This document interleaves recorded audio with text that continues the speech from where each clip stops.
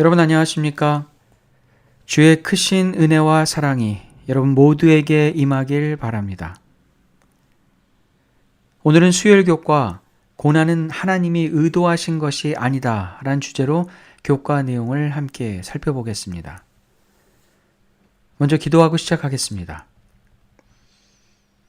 아버지 하나님, 우리를 향하신 주의 크신 사랑과 은혜를 인하여 감사드립니다. 삶의 어려움과 고난이 닥칠 때마다 하나님의 은혜와 사랑을 잊지 않게 하시고 더욱 주를 의지하는 믿음을 더하여 주시옵소서. 우리 눈앞에 펼쳐지는 일들로 낙심하기보다 하나님의 신실하심과 선하심을 기억하고 주를 더욱 찾는 자가 되게 하여 주시옵소서. 벌어지는 상황이 아닌 하나님이 우리에게 주신 말씀과 약속을 바라보는 자가 되게 하여 주시옵소서. 이 시간 우리를 향한 하나님의 사랑과 자비를 깨닫는 시간이 되기를 바랍니다. 우리와 함께하여 주시옵기만을 우리를 사랑하시는 예수 그리스도의 이름으로 기도합니다. 아멘.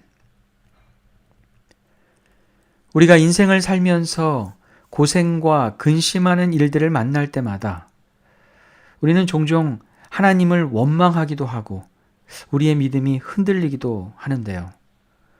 우리의 고난과 어려움에 대해 하나님은 무엇이라고 말씀하시는지 예레미야가 3장 32절로 33절에 이렇게 기록하고 있습니다.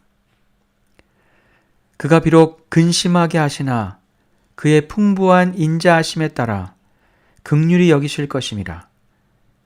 주께서 인생으로 고생하게 하시며 근심하게 하심은 본심이 아니시로다. 인생의 고난은 하나님이 의도하신 것이 아니라는 말씀을 하고 있습니다. 그러기에 우리는 고난을 당할 때마다 그 이유를 찾기 위해 근심하고 걱정하기보다는 그 고난을 극복하기 위해 우리를 여전히 사랑하시는 하나님을 찾아가 도움을 구하는 것이 필요합니다.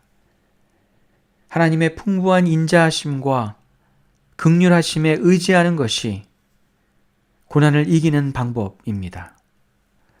고난이 하나님을 떠나는 이유가 아닌 하나님을 더욱 찾고 바라는 이유가 되어야 할 것입니다. 이스라엘 백성들의 역사를 보면 하나님께서 당신의 백성을 바로잡기 위해 고난을 허락하시는 경우를 종종 보게 됩니다. 하나님의 백성을 사랑하시지만 정의를 이루기 위해 그들에게 진노를 보이시는 것입니다. 하나님의 백성 가운데 정의를 이루시고 사랑을 이루시기 위해 진노를 보이셔서 그 진노가 백성의 고난으로 이어지게 하십니다. 악이 없다면 하나님이 진노하지 않으실 것입니다. 하나님의 진노의 대상은 악과 불의입니다. 그러나 하나님의 백성들이 하나님을 떠나 반복적인 죄악에 빠져 있을 때 하나님은 그들을 주께 돌아오게 하기 위해 고난을 허락하십니다. 에스라 5장 12절입니다. 우리 조상들이 하늘에 계신 하나님을 노엽게 하였으므로 하나님이 그들을 갈대아 사람 바벨론 왕 느부갓네살의 손에 넘기심에 그가 이 성전을 헐며 이 백성을 사로잡아 바벨론으로 옮겼더니. 하나님은 이스라엘 백성들이 주께 돌아오게 하기 위해 여러 번 기회를 주시고 은혜를 베푸시지만 더 이상 바로잡을 길이 없을 때 이방 족속을 심판의 도구로 사용하셔서 당신의 백성에게 고난을 허락하십니다. 하지만 이런 악에 대한 하나님의 분노는 분명 하나님의 백성에 대한 사랑과 모든 피조물의 유익을 위한 하나님의 마음 때문에 이루어진 일입니다. 하나님의 백성은 이런 고난을 당할 때 하나님께 돌아가야 할 때임을 깨달아야 했고 어찌 보면 하나님께 돌아갈 수 있는 마지막 기회라고 생각하고 하나님의 강력한 이끄심에 무릎을 꿇어야 했습니다.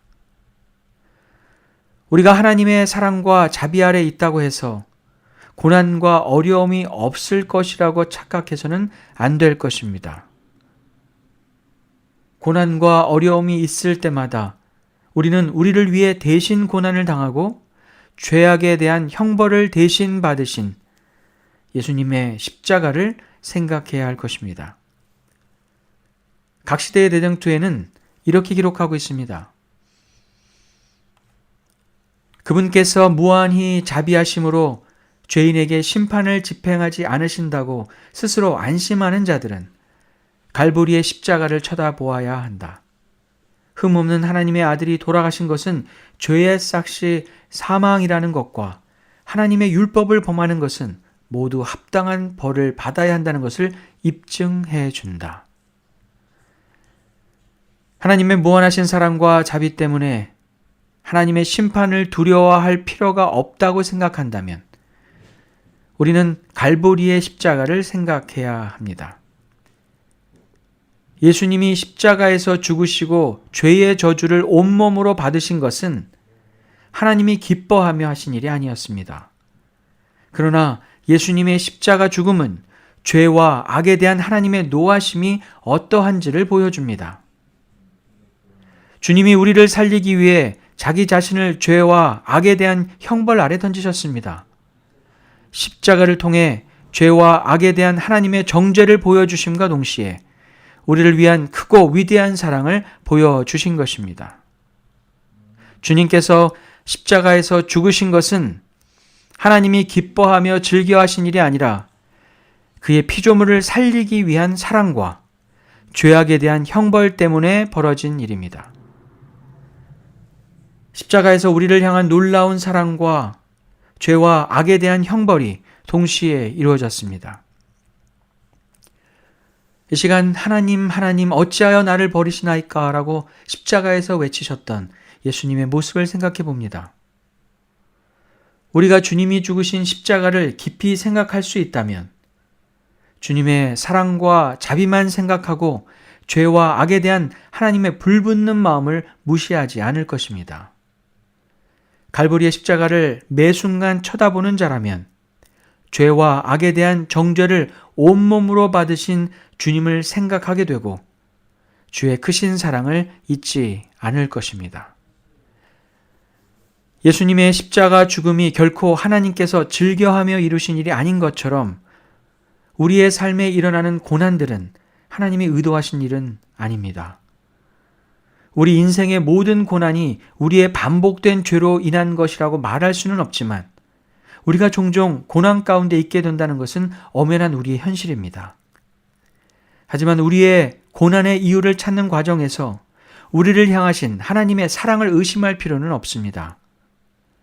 만약 우리가 그 고난 속에서 우리를 향한 주의 완전하신 사랑과 선하심을 믿을 수 있다면 그 고난들을 통해 우리는 우리의 연약함과 부족함을 발견하게 될 수 있을 것입니다. 또한 더욱 하나님과 가깝고 깊은 관계로 들어가는 아름다운 과정으로 만들어낼 수 있을 것입니다. 고난 속에서 우리를 향한 하나님의 흔들림 없는 사랑을 잊지 않고 더욱 하나님과 가까워지는 우리 모두가 되길 바랍니다.